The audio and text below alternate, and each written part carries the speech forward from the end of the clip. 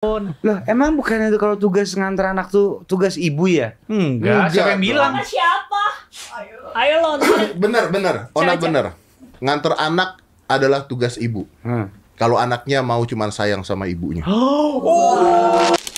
Kita bakal bahas-bahas prestasi Indonesia lagi nih. Kemarin kan kita udah bahas tentang Bantar Gebang yang menjadi tempat pembuangan sampah terbesar di Asia. Tingkatannya kan masih Asia tuh. Sekarang nih, udah lebih besar lagi skalanya. Udah sekelas dunia nih kalau sekarang. Yap, daripada kalian penasaran nih. Jadi, prestasi kita tuh adalah negara ketiga sebagai fatherless di dunia. Kalian bisa baca-baca artikel ya, atau lihat di YouTube kalau masih ragu. Sebagaimana yang kita tahu, orang tua kan merupakan lingkungan pertama dan utama bagi anak, yang dimana akan memberikan pengaruh untuk perkembangan anak tersebut. Orang tua berperan sangat penting kan? Dan gimana sih jadinya kalau salah satu dari orang tua ini tidak memberikan andil? Bagaimana dampaknya buat si anak? Ini miris sih, orang Indonesia yang dikira hangat, dikira harmonis, ternyata aslinya begini. Sulit.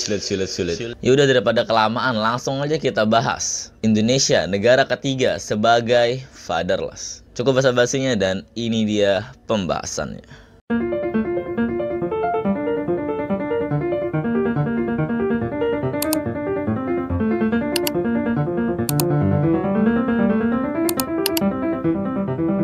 Sebelum membahas kenapa Indonesia bisa menjadi top 3 fatherless di dunia, alangkah baiknya kalau kita sama-sama tahu dulu nih definisi sesungguhnya dari fatherless.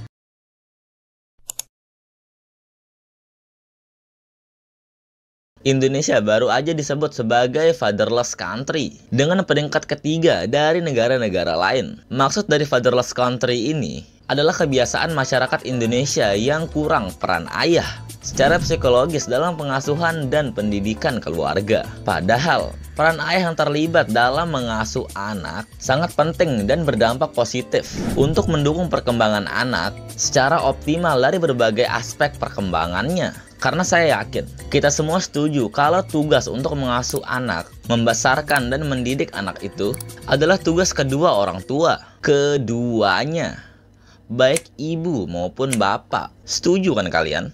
Nah, masalahnya di Indonesia, tugas mendidik anak, mengurus anak dan sebagainya didominasi oleh ibu. Ini bisa kita lihat dari lingkungan sekitar kita juga kan. Sesimpel kayak nganterin anak ke sekolah, ngambil rapot anak, ngejemput anak, mandiin anak yang belum bisa mandi sendiri, dan lain sebagainya. Loh, emang bukannya itu kalau tugas nganter anak tuh tugas ibu ya? Enggak, siapa yang bilang? Siapa?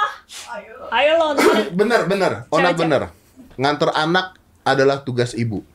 Kalau anaknya mau cuman sayang sama ibunya. Oh my god. Wow. Mungkin buat kalian yang masih beruntung, yang nerima kasih sayang ayah dari kecil, nggak bakal relate sama yang barusan saya bilang. Malah mungkin ada yang nanya, emangnya bener bang? Sayangnya bener. Data mengatakan kalau ayah itu jarang ikut ambil andil dalam mengasuh anak. Kayak udah urus aja semua gitu. Kalau kalian main game nih, udah kayak player yang AFK kan ini. Kalau bapak kalian tim yang bantu ngurusin atau enggak? Dan kalian punya nggak kenalan yang bapaknya tuh AFK yang kayak barusan saya bilang gitu? Bisa tulis komen di bawah.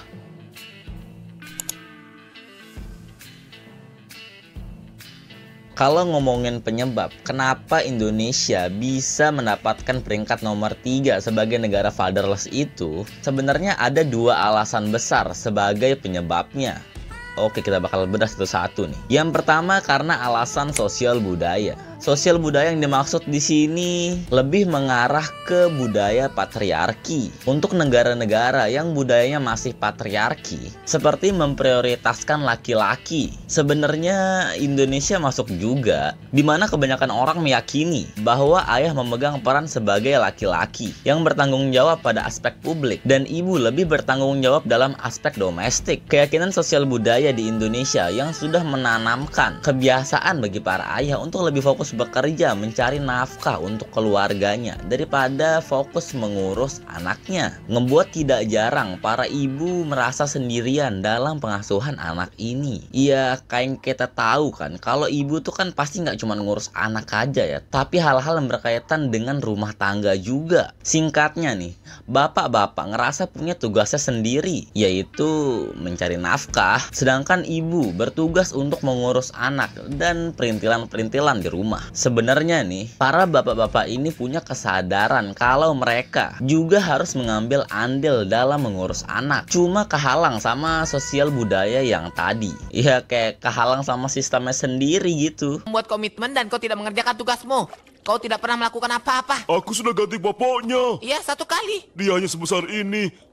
Alhasil, bapak-bapak ini jadi bingung cara menawarkan bantuan. Ya, mereka juga sering nggak dapat waktu untuk ngurus anaknya karena ya sibuk kerja, sibuk ngelakuin job desk yang sosial budaya kita sudah tentukan.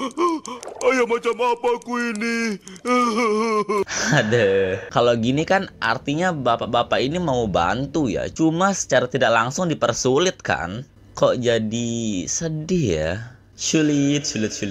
Alasan kedua, yaitu karena alasan ekonomi. Kalau tadi kan bapak-bapaknya sebenarnya bisa bantuin, cuma terhalang sama sosial budaya. Kalau yang ini terhalang sama faktor ekonomi. Ini berlaku kebanyakan buat keluarga yang masih sulit memenuhi kebutuhan hidupnya. Karena kebutuhannya banyak, siapa lagi yang harus bekerja demi memenuhi kebutuhan itu? Ya, sebagian besar ayah kan. Saya juga yakin kalian pasti setuju lah dengan yang satu ini. Karena harus bekerja, jadi nggak punya waktu untuk bantuin ngurusin anak. Ngebuat dia harus masuk ke dalam zona fatherless juga. Tapi ini serba salah sih sebenarnya. Mau bantu tapi nggak punya waktu. Karena harus kerja dan memenuhi kebutuhan kan. Nggak bantu juga nggak baik buat tumbuh kembang si anak. Ini jadi salah siapa sebenarnya? Kalian yang mungkin tahu jawabannya bisa tulis di kolom komentar. Tapi kalau kita pikir-pikir lagi ya mau gimana kan? Kalau misalnya di satu keluarga nih dan anaknya misal lebih dari 1, kan bakal sulit untuk ambil peran dalam keduanya. Di satu sisi harus menghasilkan uang, di sisi lain juga ngurusin anak gitu. Ini baru cocok sih kita ngomong. Sulit. Sekali lagi nih, buat kalian yang sudah nikah dan mengalami situasi ini, atau punya tetangga dan kenalan yang ngalamin hal serupa, bisa bantu komen di bawah, oke?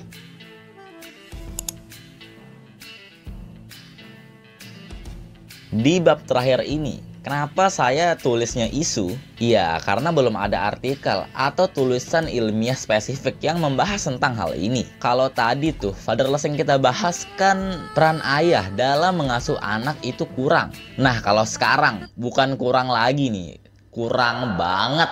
Jadi data ini saya dapetin langsung dari sumbernya, langsung dari keresahan sosial yang bisa kita lihat di sosmed. Nah, kasus yang satu ini saya nemuinnya di TikTok. Jadi di TikTok ada konten tentang orang atau anaknya yang dikasih uang sama bapaknya dan bilang bakal minta uang terus selamanya. Ya, karena dia anak dari bapaknya itu kan. Ya, intinya sebenarnya ini kayak canda-candaan buat lucu-lucuan aja. Tapi kalau kalian lihat kolom komentarnya nih, kalian bakal nemuin sebuah anomali.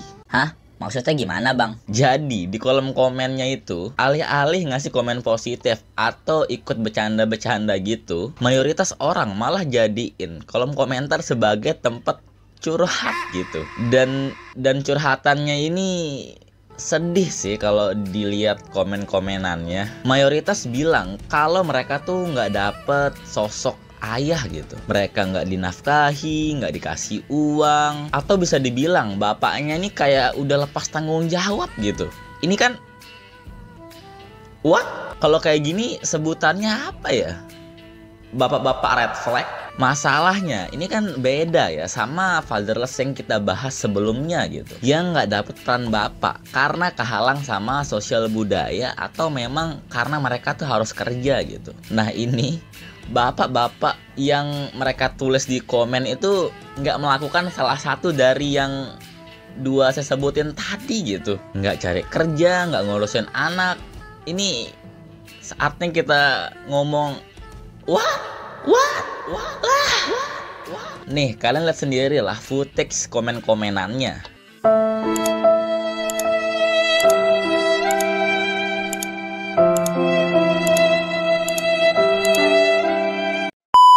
Sebenarnya ini tuh isu yang besar, isu yang serius lah gitu. Cuma memang belum ada pembahasan berupa artikel atau jurnal ilmiah terkait hal ini. Apa jadiin bahan skripsi aja kali ya?